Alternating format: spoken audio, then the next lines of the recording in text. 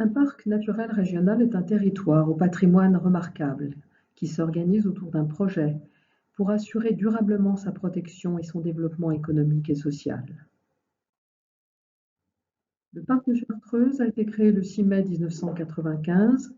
Le nouveau périmètre proposé concerne 74 communes, dont 17 nouvelles communes qui ont souhaité intégrer le périmètre de révision, 5 communes iséroises et 12 communes savoyardes.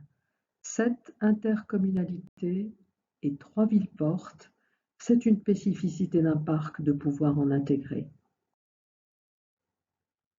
L'ambition de la charte 2022-2037 se décline en 3 axes: une chartreuse multifacette, une chartreuse en harmonie, une chartreuse en transition.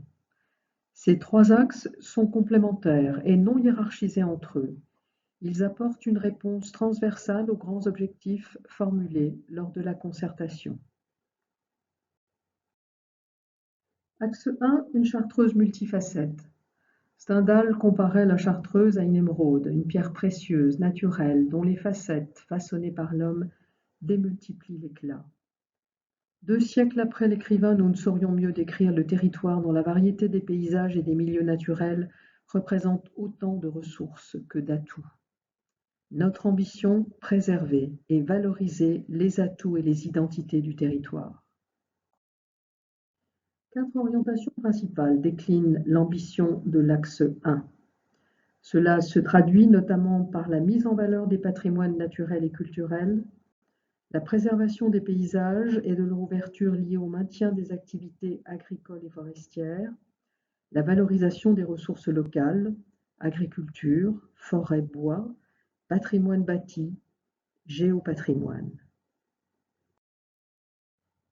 3 chiffres pour montrer notre ambition et sur lesquels nous serons jugés dans 15 ans.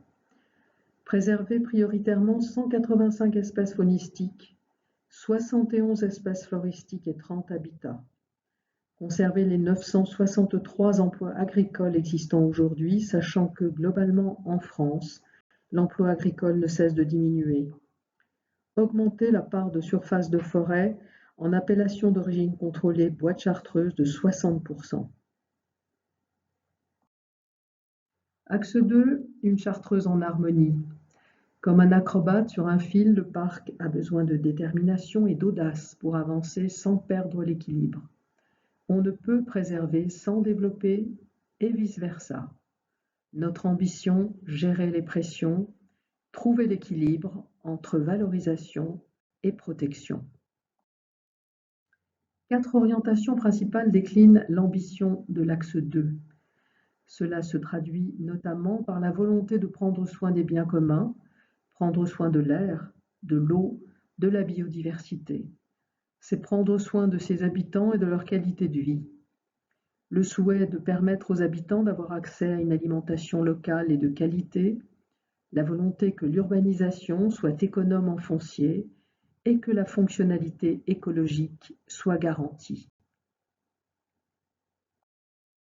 3 chiffres pour montrer notre ambition et sur lesquels nous serons jugés dans 15 ans. Réduire des 2/3 le rythme actuel de consommation de l'espace à l'horizon 2037. Conserver les 32 700 hectares de zones agricoles. Faire qu'un agriculteur sur 2 vende en circuit court. Axe 3, une chartreuse en transition.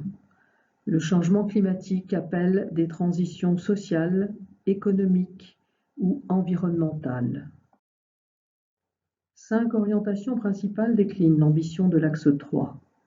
Cela se traduit notamment par la volonté d'être un territoire à énergie positive, c'est-à-dire d'arriver à terme à consommer autant d'énergie que nous en produisons.